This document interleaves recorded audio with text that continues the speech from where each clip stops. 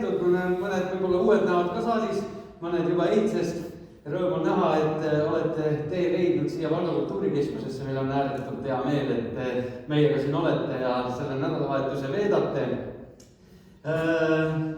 On uusi nägusid ka, kes eile ei olnud? On jah? No ikka mõned on. No väga hea. No tere ka teile siis. Nagu näha, siis vabariigi parimad harrastusteatrite trupid ja näitlejad on sel nädalavahetusel siia Valka kohale tulnud. 48 lavastusest 12 on välja valitud ja sel nädalavahetusel 10 lavastust on siin laval oma tükke tegemas. Tõepoolest, paraku kahel trupil on tulnud haigestus peale, soovime loomulikult kiiret paranemist neile. Aga jaa, 10 lavastust siin on näha saanud, eile oli 1 ja täna läheme hooga edasi. Ja loomulikult ei saaks selline sündmus toimuda ilma meie toetajateta, ilma eestvedajateta ja ma loen need ette ja siis teeme neile ühe kõva aplausi ka.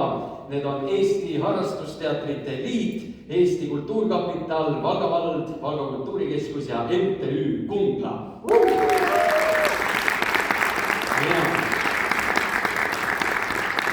Nii, ja veel tutvustuseks ka, teeme nüüd täna ikka selle täitsa ametlikuga ära.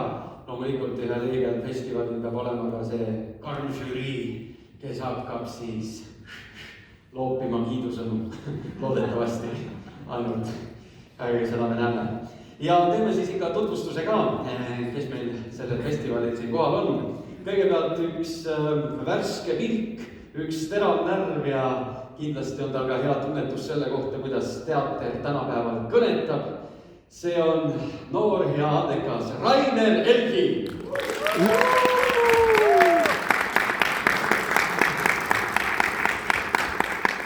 Järgmisel on samuti meil noor ja andekas, tugev mees, kelle analüüs on väga täpne, mõte selge ja huumor on tal alati varuks.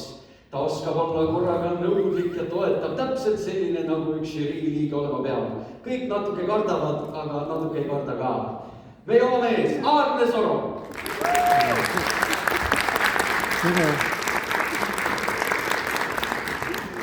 Ja nagu öeldud, neid mehi peab kuidagi ohjama ja selleks on Eesti Vabariigis